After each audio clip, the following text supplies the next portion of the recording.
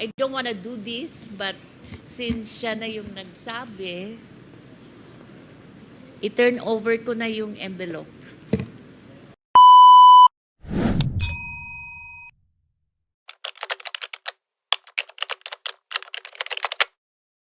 At least, Mr. Chair, I would know the Vice President is watching us because she just had a press conference and she said that she's denying giving former DepEd Undersecretary GLORIA MERCADO 50,000 for 9 months. And the Vice President saying that Mercado was let go because she used DepEd to solicit donations from the private sector amounting to 16 million without her knowledge. And she adds that she will provide the media with paper trail to back up her claim, describing Mercado as a disgruntled former DepEd official. I think, ma'am, given your long history and long service to the Republic, 40 long years, I think it's fair for you to be given the opportunity to reply to the Vice President. I think, I don't want to do this, but since siya na yung nagsabi, i-turn over ko na yung envelope. The envelopes where the money was. Comsec? So it's 9 envelopes. Kuha po yung envelope. So it says hope and the amount is there. Kasi ang sakit naman nun, ordinaryo lang akong trabahante tapos inano ka ng Vice President, di ba? It's very painful. Ma'am, ilang taon na po kayo? I hope you don't mind. Gusto ko lang pong malaman kasi sabi po ninyo 40 years na po kayo in government. I'm 65, sir, but I... So when the time when you were appointed as USEC, noong 2022 ba? 2022? How old were you at that time? I was 64. 64. Yeah. I'm sure sa edad ninyong yan, after pagkatapos nyo pong pag-ingatan yung iyong pangalan for the past 40 years? Sabutin ko yun. Yes, sir. So, okay, anyway, Sir, Mr. Chairman, I'd like to... Mr. Chairman, Mr. Chairman, dito po ako. ay, Mr. Chairman, Mr. Chair, can I continue first? Congressman, wait, before I recognize Congressman Paduano, ma'am. Yes. I believe... With the indulgence of Congressman Asidre,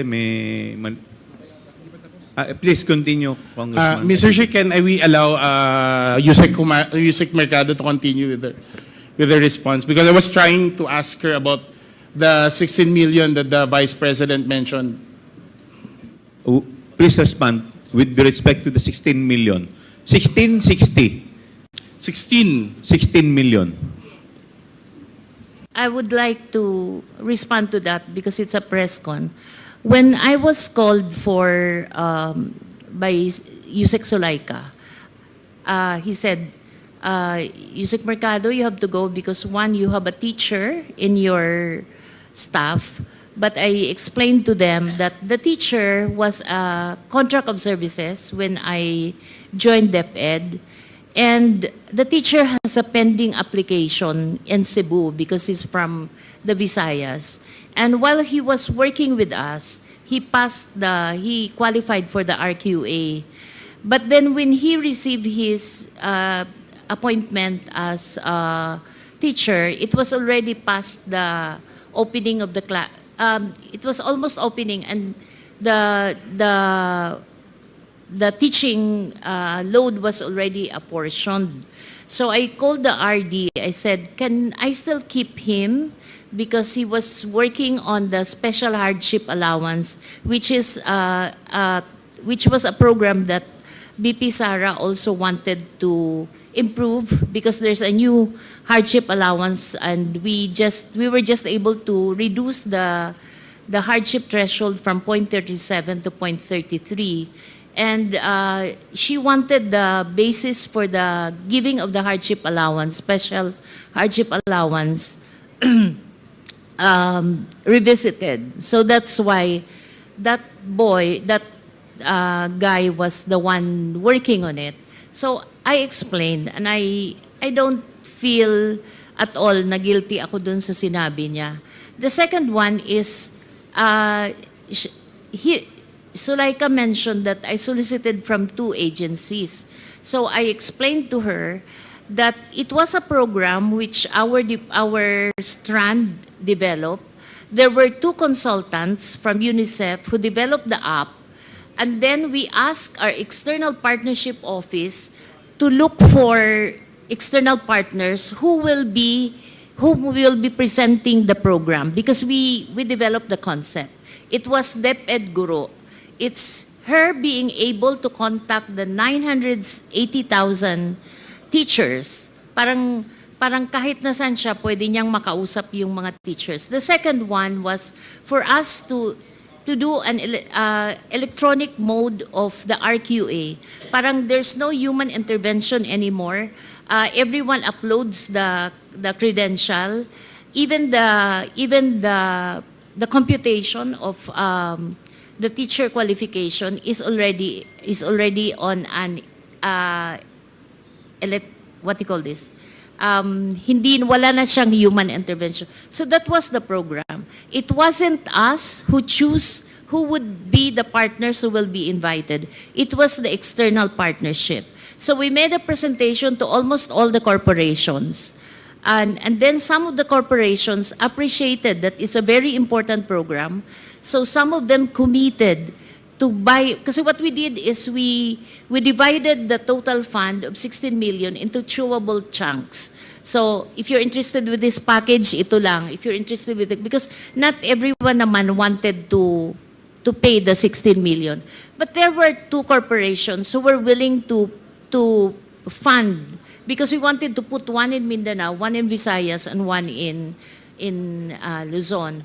So there were 2 who committed to fund the full package, and those were the 2 corporations that Yusek Sulaika said I solicited. So I explained properly.